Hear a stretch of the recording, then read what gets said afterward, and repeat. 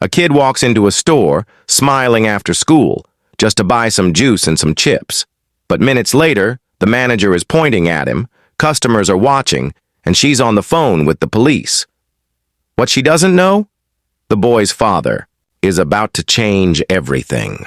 The afternoon sun spilled across the quiet street as Jaden Anderson, a 12-year-old with bright eyes and an easy smile, pushed open the glass doors of a corner grocery store. His backpack dangled from his shoulders, heavy with textbooks and scribbled notes from the long school day. To him, this stop was routine, a chance to grab a quick snack before heading home to finish homework. The store had a faint scent of bread and cleaning solution.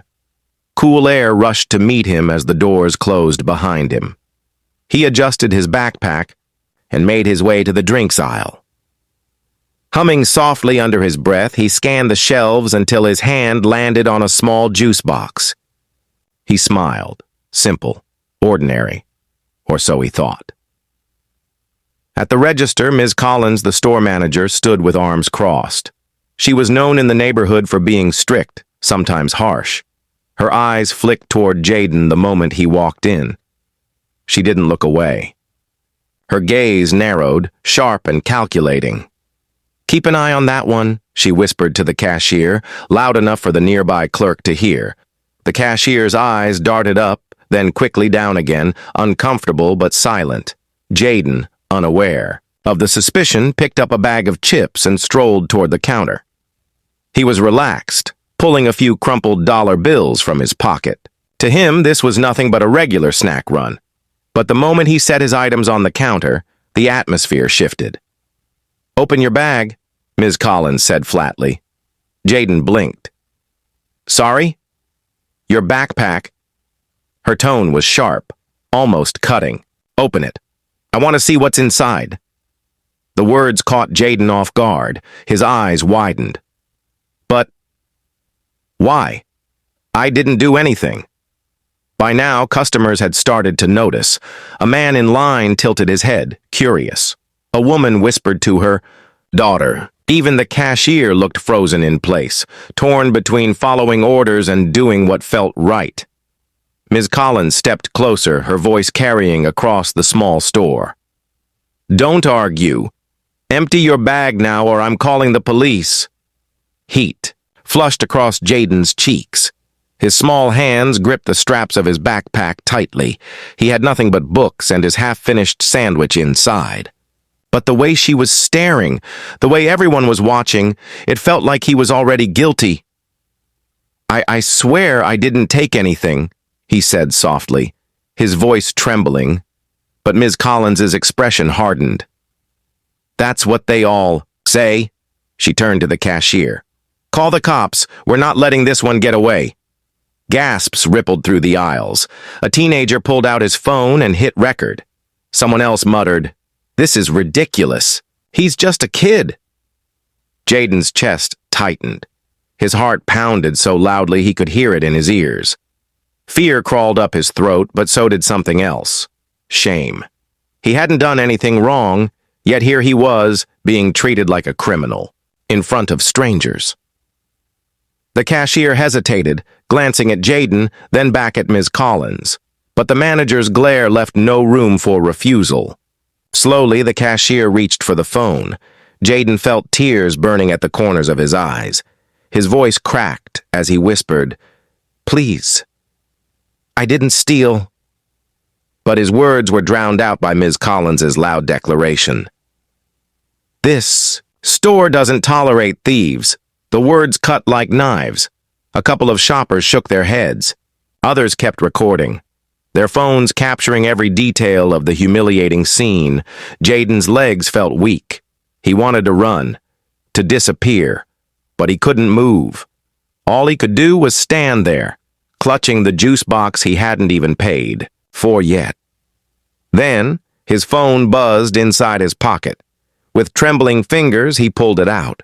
His father's name lit up the screen. He swiped quickly, pressing the phone to his ear. "Dad?" His voice cracked, a whisper on the verge of tears. "On." The other end came the calm, deep voice of Daniel Anderson, a man whose presence always steadied his son. "Jaden, what's wrong? You sound upset." Jaden's throat tightened. In broken words, he explained how the manager had stopped him, accused him, and how the police were being called. He tried to stay strong, but his voice shook as he finished.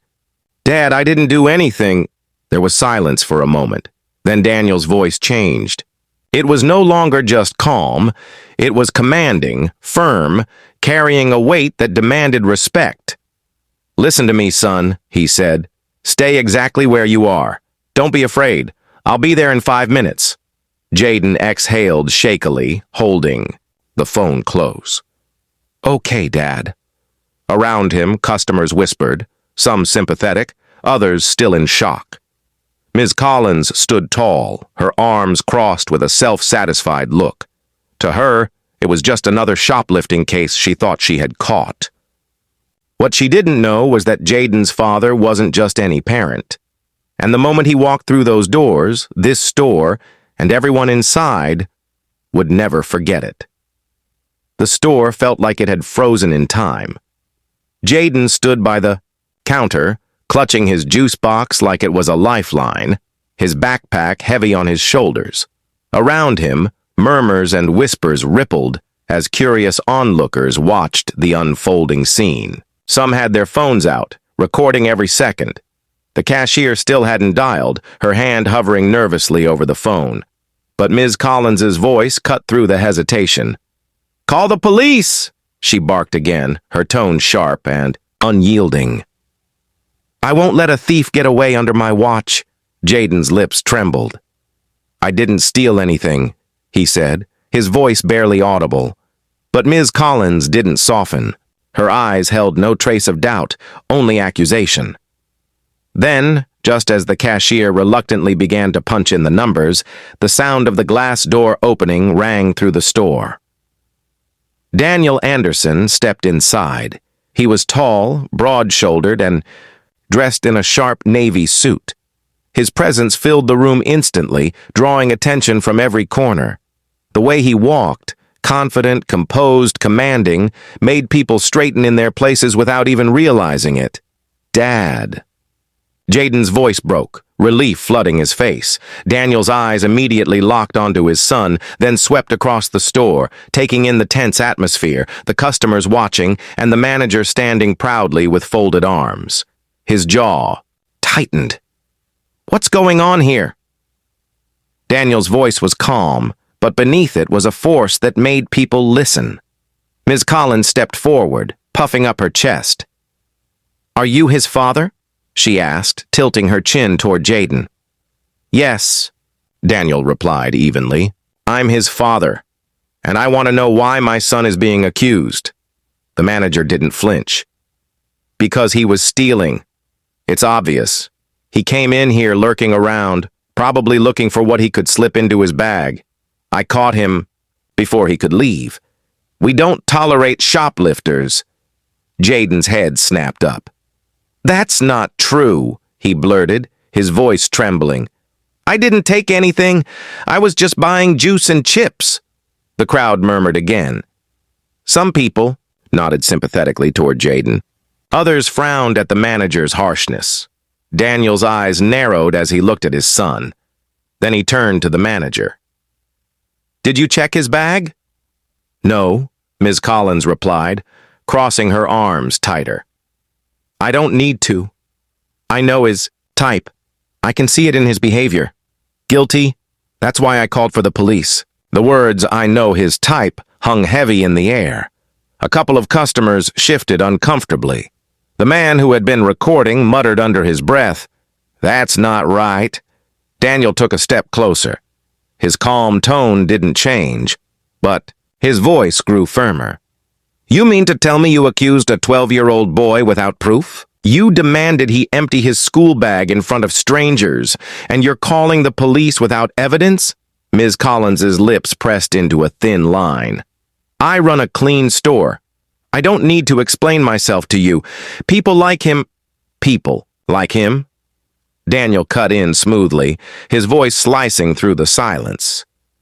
The manager hesitated, realizing too late how it sounded. She glanced around nervously, suddenly aware of the customers watching, phones still recording. Daniel straightened, his shoulders. "You don't know who I am, do you?" Ms. Collins gave a dry laugh. "I don't care who you are. I care about my store." A faint smile tugged at Daniel's lips, not of amusement, but of certainty. "You should care, because you're about to realize just how big of a mistake you've made." Jaden looked up at his father, confused but hopeful. The store manager rolled her eyes. "And who exactly are you supposed to be? Some lawyer? You think that scares me?" Daniel reached into his pocket and pulled out his sleek black phone. With a steady hand, he dialed a number. Within seconds, someone answered. His voice was calm, professional, but carried weight. "This is Daniel Anderson. I need the district store director on the line immediately." "Yes, now." Ms. Collins froze. Her smirk faltered. "Wait, what?" The customers leaned in, curiosity buzzing like electricity. The cashier's eyes widened. Even Jaden stared, realizing there was more to his dad than he'd ever fully understood. On the phone, Daniel's voice remained steady. "I'm standing inside one of your branches right now. My son has been falsely accused and humiliated by your manager in front of a dozen witnesses. I expect this to be addressed at the highest level." There was a pause. Then the voice on the other end grew frantic. "Mr. Anderson, we're so sorry. Please give me one moment to connect you to corporate. Do not leave the store. We'll resolve this immediately." When Daniel ended the call, the room was silent except for the hum of the refrigerators. All eyes turned to him. Ms. Collins's face had drained of color. She stammered, Who are you?" Daniel's gaze was steady, his voice quiet but powerful. "I'm the CEO of this entire chain." Gasps filled the store. The teenager recording let out a whispered, "No way!" Jaden's eyes went wide as pride surged in his chest. The manager staggered back a step. Her confidence evaporated.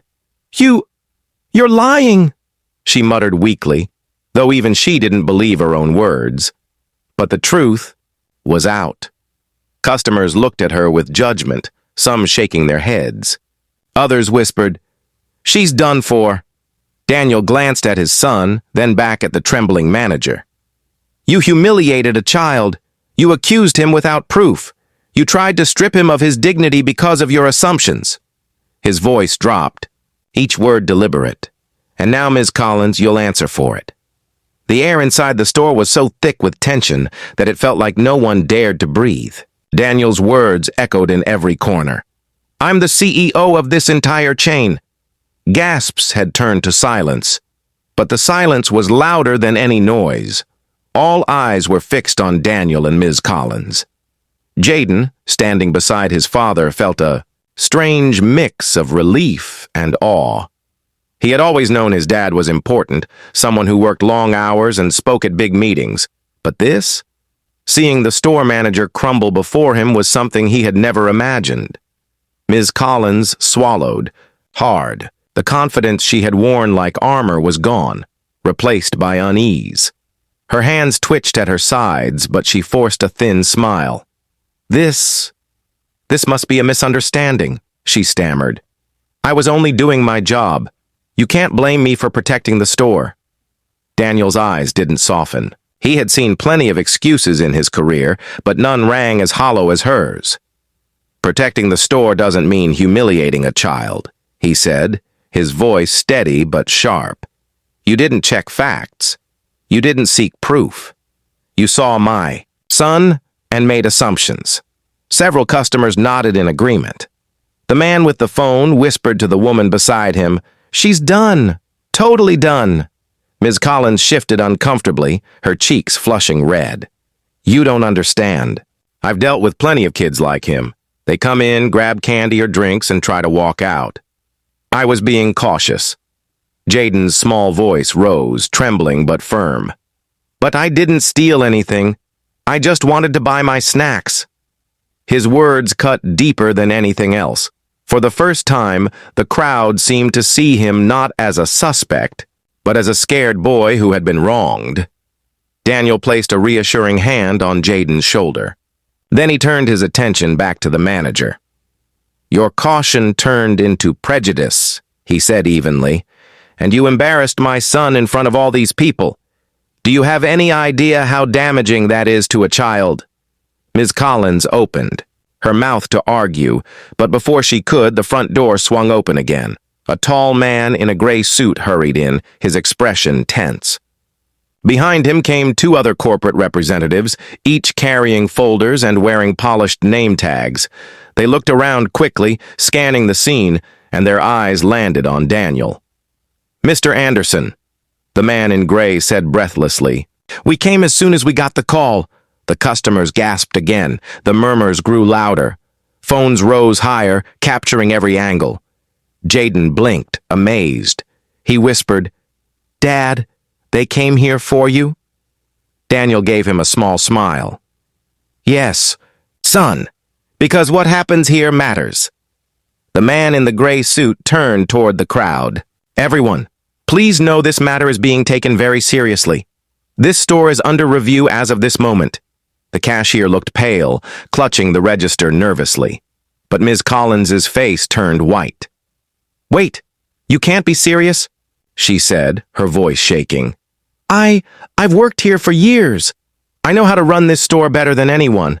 The corporate representative raised an eyebrow.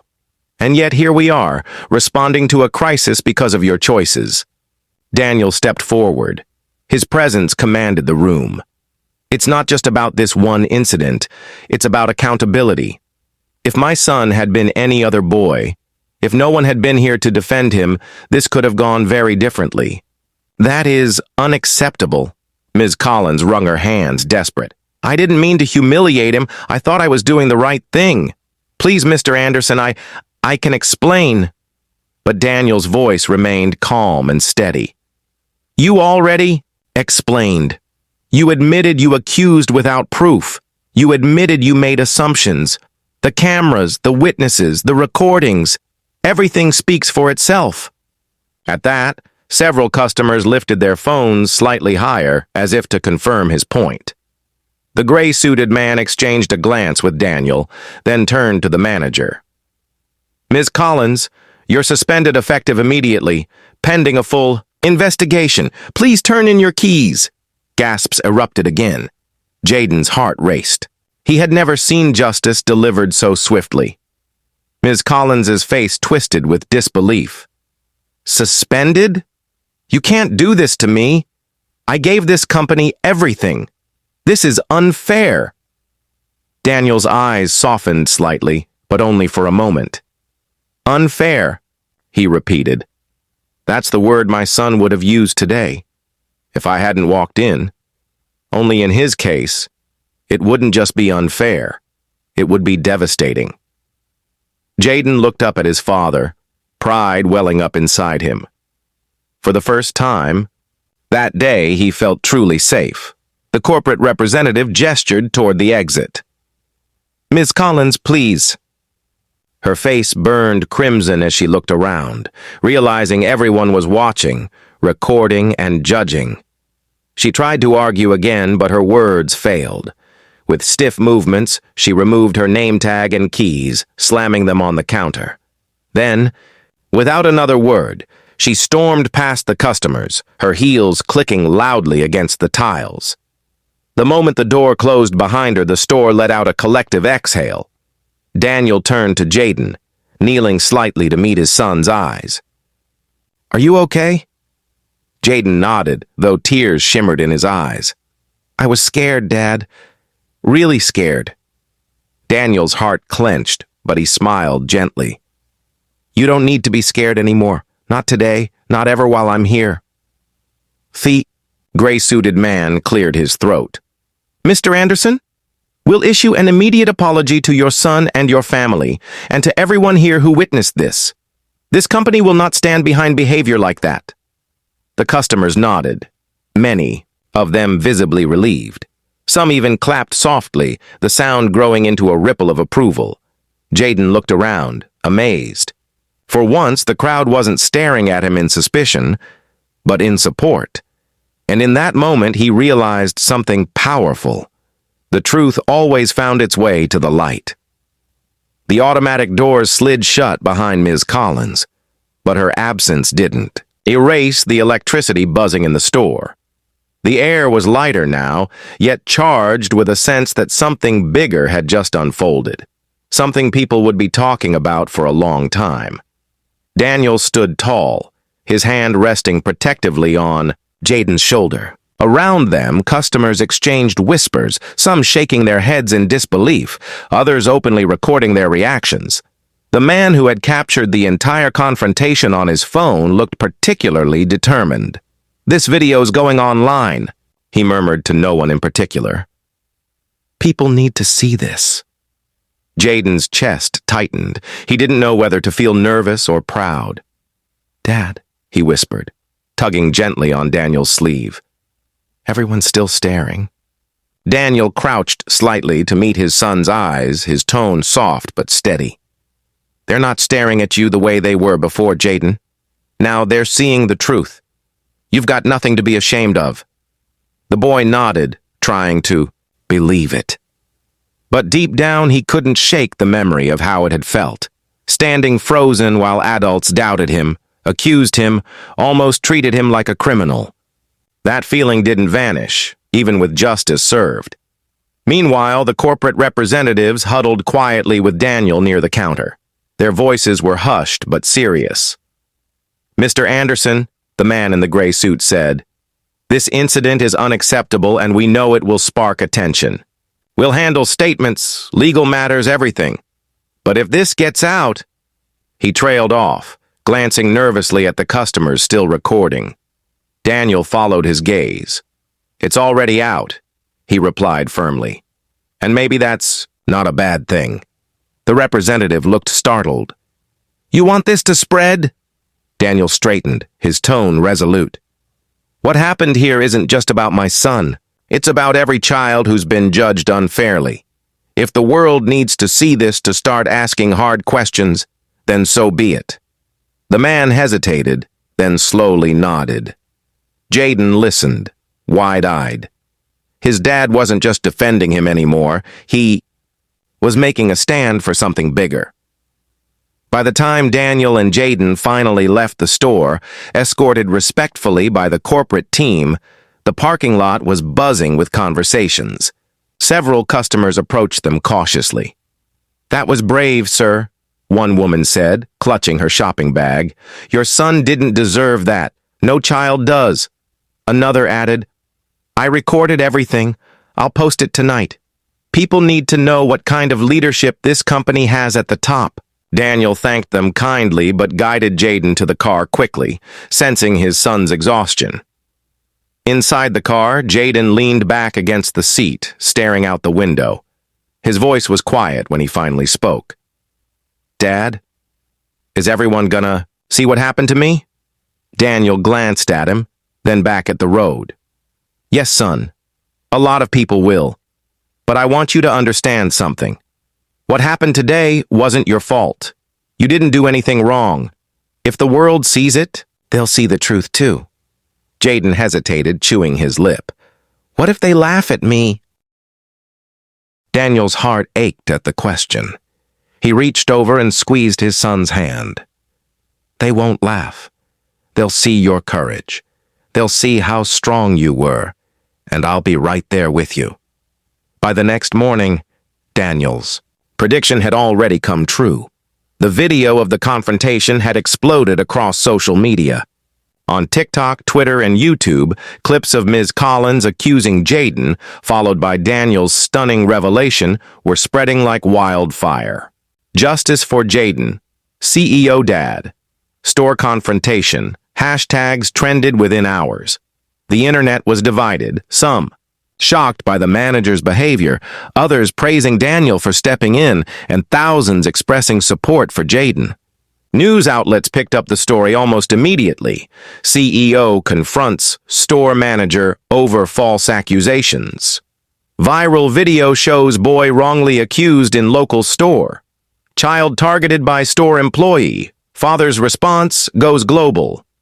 Jaden scrolled through some of the posts while sitting at the kitchen table that morning. His eyes widened as he saw his own face on dozens of videos, screenshots, and headlines.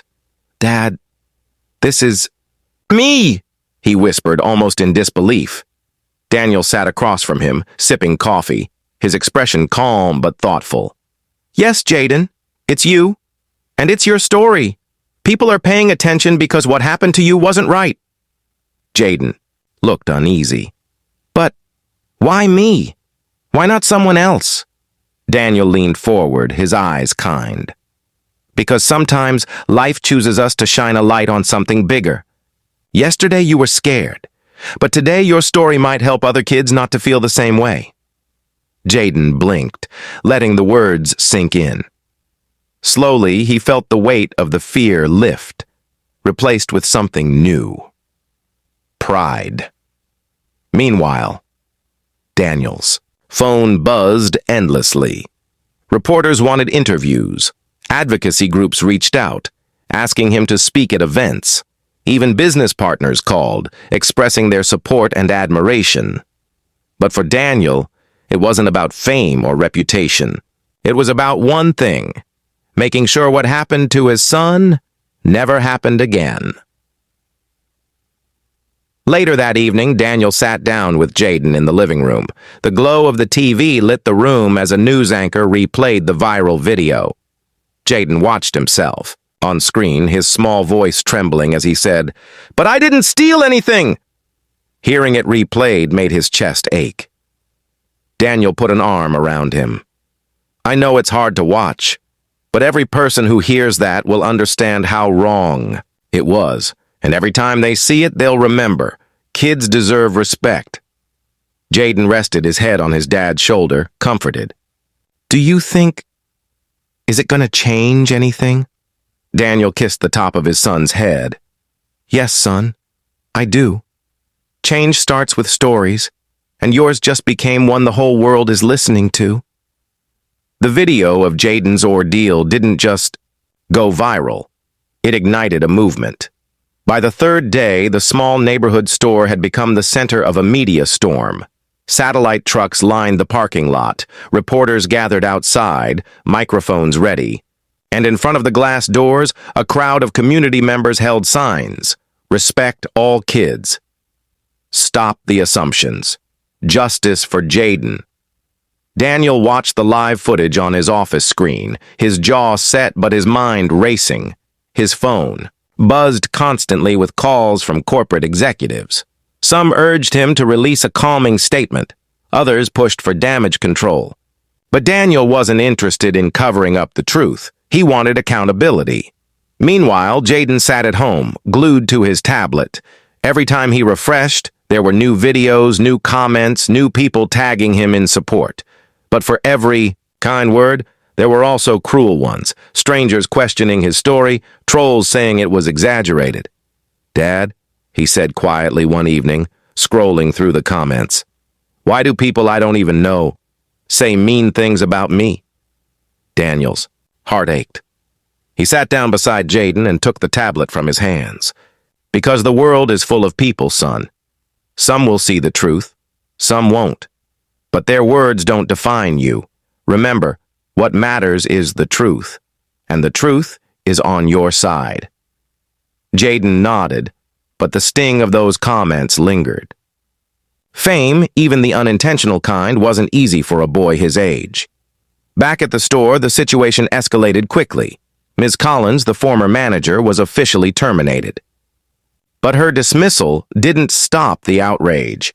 Customers demanded reforms. Advocacy groups staged peaceful rallies. Parents brought their children to stand in solidarity with Jaden, holding posters that read, "My child could be next. Corporate." Headquarters had no choice but to respond.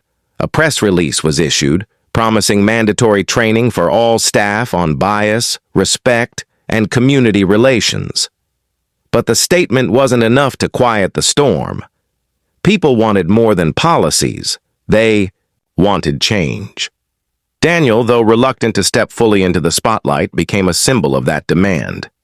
Invitations poured in for him to appear on talk shows, podcasts, and panels. Overnight, he wasn't just a CEO, he was a father standing up for his son and, by extension, for countless families who had experienced something similar. Daniel, one of his closest colleagues, said during a late-night call, "You have a platform now, people are listening. This could become bigger than just one store or one incident." Daniel sighed, rubbing his temples. "I didn't ask for this platform. I just wanted to protect my son." "But sometimes," his colleague replied softly, "the fight chooses us." Jaden, meanwhile, found support in an unexpected place, his school. When he walked into class that Monday, he expected stares, whispers, maybe even teasing. Instead, he was met with clapping. His classmates stood, cheering him on. One of his friends rushed over and said, "Jaden, we saw the video. You didn't do anything wrong. You were so brave." The warmth of their support made Jaden smile, for the first time in days. For once, he didn't feel like the boy who had been accused. He felt like the boy who had stood strong. But not everyone celebrated. A few students muttered under their breath, parroting the same cruel words he had seen online. Jaden felt his chest tighten, but he remembered his dad's advice: their words don't define you. Later that afternoon, Jaden's teacher invited Daniel to speak at the school. Standing before rows of students, Daniel didn't give a corporate speech. Instead, he spoke as a father. "My son was treated unfairly," he said, his voice steady. "But what I want you all to remember is this. Every single person deserves to be treated with respect, no matter who they are or what they look like. If you see someone being treated unfairly, don't stay silent. Speak up. Stand up. Because silence is what lets unfairness grow." The students listened intently, many nodding, some even wiping their eyes. Jaden watched proudly from the front row. For the first time, he realized that what had happened to him wasn't just painful, it was powerful. His story was about helping others. By the end of the week, the protests outside the store had grown larger. Media outlets ran daily updates, and corporate executives called Daniel once more, asking him to appear at a press conference. "People trust you," they said. "If you speak publicly, it could help rebuild the company's reputation." Daniel considered it carefully. He didn't want to be used as a shield for corporate image. But he also knew he had a chance to push for meaningful change. When he finally agreed, he did so on one condition. "This won't be about saving face. This will be about real action, policies, accountability, and making sure kids like Jaden never go through this again."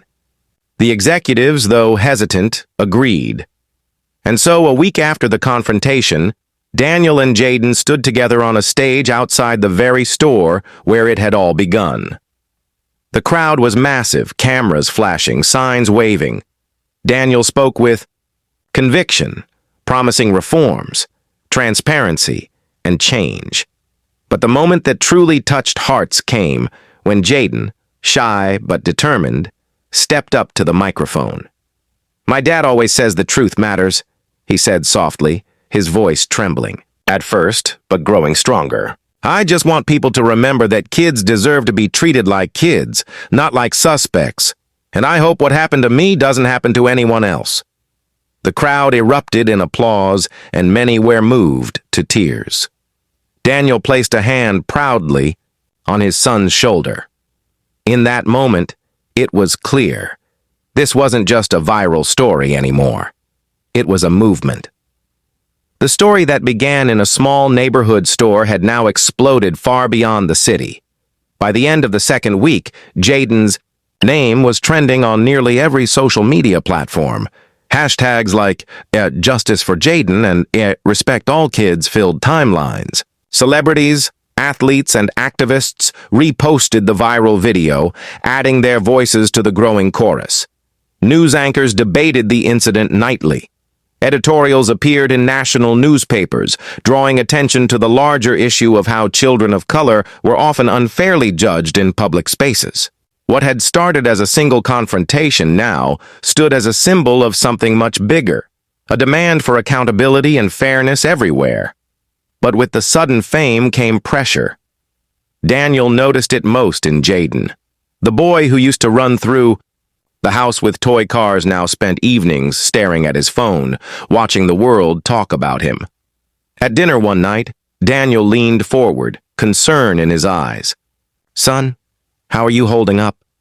Jaden shrugged, his fork tracing circles in his food. "It's weird. Everyone knows me. Even kids at school who never talked to me before suddenly want to be my friend. But some kids whisper things behind my back too. It feels like I'm not just me anymore. I'm that kid from the video." Daniel reached across the table and squeezed his hand. "I know it feels heavy, but remember, Jaden, you're not defined by what happened. You're defined by who you are, kind, smart, strong. Don't let the world take that from you."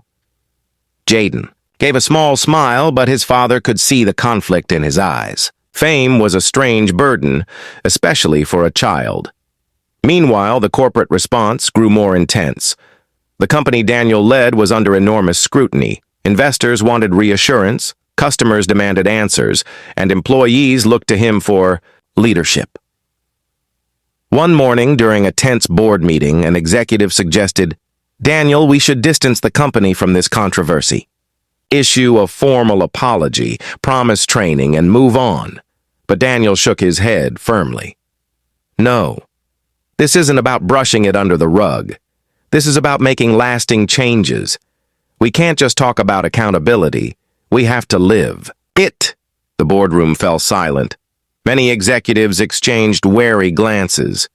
They knew Daniel wasn't just speaking as a CEO. He was speaking as a father who had witnessed his son's dignity being questioned. And that gave his words power. Outside the corporate world, the movement only grew. Churches organized rallies. Schools held assemblies, and community centers hosted forums to discuss how to create safer environments for kids. Jaden's face, captured mid-frame from the original video, standing nervously as the police arrived, was printed on posters and banners across the country.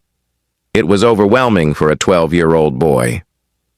One afternoon, Daniel took Jaden for a quiet walk in the park to escape the noise. The leaves rustled gently, and for the first time in weeks, there were no cameras, no protests, no reporters. Just father and son. "Dad," Jaden said softly, kicking at a pebble on the path. "Why? Do people care so much? I didn't do anything special. I was just scared." Daniel stopped and crouched down so they were eye to eye. "Jaden, people care because what happened to you wasn't right. You may feel like you didn't do anything special, but you did. You stood there. You told the truth.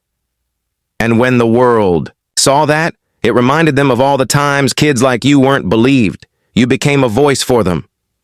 Jaden looked thoughtful, his small shoulders lifting a little. Maybe he wasn't just that kid from the video. Maybe he was something more. Soon, the national spotlight turned directly on Daniel and Jaden. They were invited to Washington, D.C. to meet with lawmakers who wanted to discuss policies to prevent racial profiling and ensure accountability in public spaces. It was surreal. Daniel, once focused solely on running his company, now stood in the halls of government, shaking hands with senators and advocates. But even as the movement gained traction, not everyone supported it. On social media, detractors claimed the story was overblown. Some insisted the manager had simply made a mistake and didn't deserve the backlash. Others accused Daniel of exploiting the incident for attention. The negativity weighed on both father and son, but Daniel reminded Jaden constantly, the louder the resistance, the more you know you're pushing for real change. One night, after a long day of interviews, Daniel sat alone in his study. The house was quiet. Jaden was finally asleep. On his desk lay a stack of letters, handwritten notes from parents across the country. Thank you for standing up for your son. My daughter went through something similar, but no one believed her. Your story gave my family hope. Because of Jaden, my son finally feels seen. Daniel read each one carefully, his eyes stinging with emotion. It was in those letters that he found strength. This wasn't just about his son anymore. It was about families everywhere who had felt invisible for too long. He whispered to himself, almost like a promise. We're not going to stop. Not until every child feels safe. Back in his room, Jaden stirred in his sleep, dreaming of a day when people wouldn't look at him and see controversy, but just see him, a kid who loved drawing superheroes, racing his bike, and laughing with friends. The world had placed a spotlight on him, but in his heart, he was still just Jaden. And with his father by his side, he was ready to face whatever came next. The night before the biggest rally of their lives, Daniel sat in his study, staring at the glowing city skyline. For weeks, the big story of what had happened to Jaden had been more than just news. It had become a movement. A simple shopping trip had turned into a national reckoning, and tomorrow, thousands of people would march through downtown to demand change. Daniel leaned back in his chair, exhausted yet resolute. On the desk in front of him was a copy of the official company statement he had released earlier that day.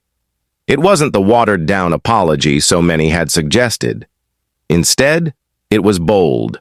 Mandatory anti-bias training, accountability policies, and a zero-tolerance stance on discrimination in every store across the country.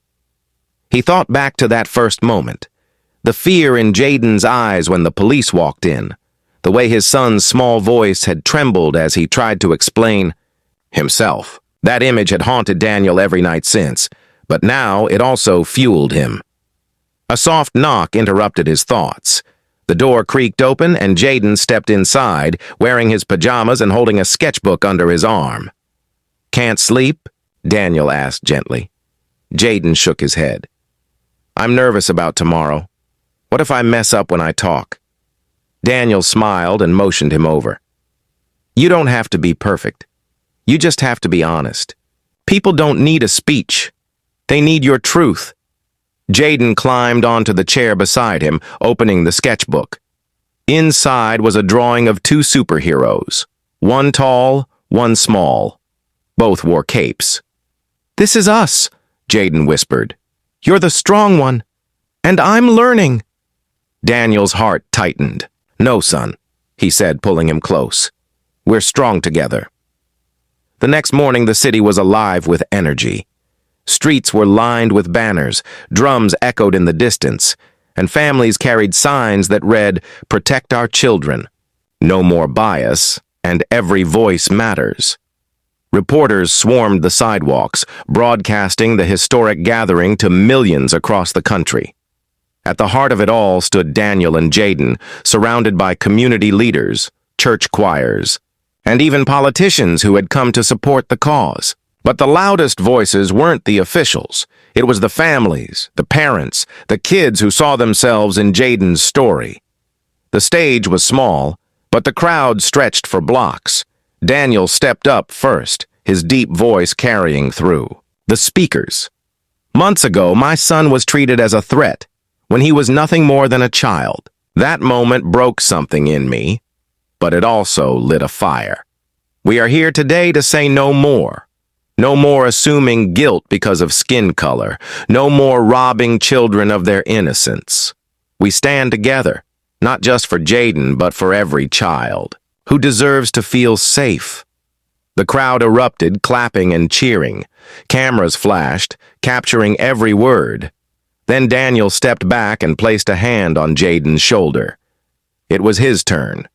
Jaden hesitated for a moment, staring out at the sea of faces. His palms were sweaty, his heart racing. But then he remembered his father's words. "You don't have to be perfect, just honest." He leaned into the microphone, his voice small at first but steady. "When the police came that day, I was scared. I thought maybe they wouldn't believe me. I thought maybe I'd be taken away for something I didn't do. No kid should feel that way. We're supposed to feel safe in our neighborhoods. Safe in stores, safe everywhere. His voice cracked, but he pressed on. I'm not here to be famous. I just want kids like me to be treated like kids. The silence in the crowd was heavy, emotional. Then, slowly, applause began to rise, soft at first, then swelling into thunderous cheers. Jaden's words had reached them all. In the weeks that followed, the rally sparked action. Cities across the country began drafting policies to address racial profiling. Businesses implemented new training programs, inspired by Daniel's company, taking the first step. School districts introduced lessons about empathy, fairness, and equality. But the most surprising turn came from the woman at the center of it all, the store manager who had called the police. She requested a private meeting with Daniel and Jaden. At first, Daniel hesitated, unsure if it was worth reopening the wound, but Jaden surprised him. I want to hear what she has to say, he said. The meeting took place in a quiet office weeks later. The woman walked in nervously, her face pale, her hands trembling. She looked nothing like the authoritative figure who had once stood so confidently behind the store counter. I know I don't deserve forgiveness, she began, her voice breaking. But I want to apologize. I made assumptions that day. I judged without listening. I've lost my job, my reputation, and honestly, I realize now that what I did hurt more than just you. It hurt an entire community. I'm sorry. Jaden studied her for a long moment. His young eyes, though still filled with innocence, carried a weight of wisdom beyond his years. Finally, he said softly, I forgive you. But please, don't do it to anyone else.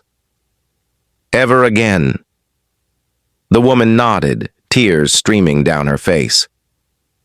For the first time, Daniel saw something genuine in her, a person who had been forced to confront her own prejudice and was forever changed. Months later, life slowly returned to something resembling normal. Jaden went back to riding his bike with friends, sketching superheroes and finishing homework. Yet everywhere he went, people recognized him. Sometimes they asked for a photo, sometimes they simply said, thank you. One evening as the sun dipped low, Daniel and Jaden sat together on their porch, watching the neighborhood kids play in the street. Laughter echoed in the warm air, the kind of laughter that spoke of safety, of freedom. Jaden leaned his head against his father's arm. Dad, do you think things will really change? Daniel gazed at the sky, the fading light painting the horizon in shades of gold and red. Change is slow, son, but every step matters, and you took a big one. You showed the world that even the smallest voice can spark the loudest movement. Jaden smiled, his eyes glimmering with hope. Then, maybe one day kids won't have to be brave just to be believed. They can just be kids. Daniel wrapped an arm around his son, pulling him close. That's the future we're fighting for. And as long as I'm here, I'll fight with you. The night deepened, and the stars began to appear. Tiny lights scattered across the sky, each one a reminder that even in darkness, hope shines brightest. And so, from one store manager's call to the police, grew a story that traveled across the nation. A story of fear turned into courage, of prejudice challenged by truth, of a child who refused to be silenced, and a father who stood by him. It was no longer just Jaden's story. It was a story for every child, every parent, and every community, daring to believe in a better tomorrow. The world had watched. The world had listened, and the world would never forget.